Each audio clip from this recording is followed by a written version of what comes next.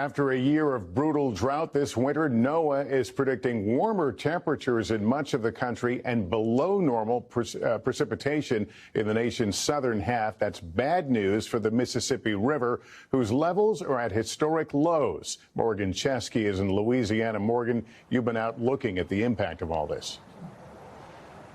Yeah, Lester, we have, and it's an absolutely heartbreaking sight. Mississippi riverbeds, now riverbanks, as a result of this deepening drought. On a typical day, the water line for the Mississippi should be anywhere from 15 to 20 feet above my head. But today, this massive river is now running dangerously low. Tonight, the mighty Mississippi brought to its knees by drought. Massive barges carrying crops or steel slowed or even stuck. If one of these breaks off, you run the risk of having to shut down a whole section.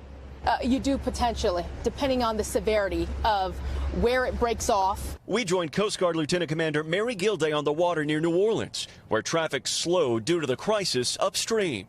The problem is especially bad near Memphis, where water levels are dropping to lows not seen in 70 years. Well, I'm not going to sugarcoat it. It's bad. We know how important this economic impact is to the United States. The river's low levels could lead to economic crisis. The Mississippi supports a $12.6 billion shipping industry and tens of thousands of jobs.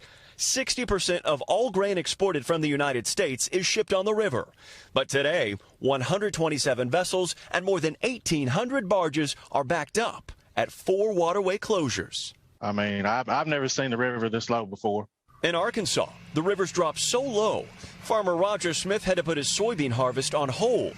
Now unable to wait any longer and without a storage facility, he can't use the river to move his crop.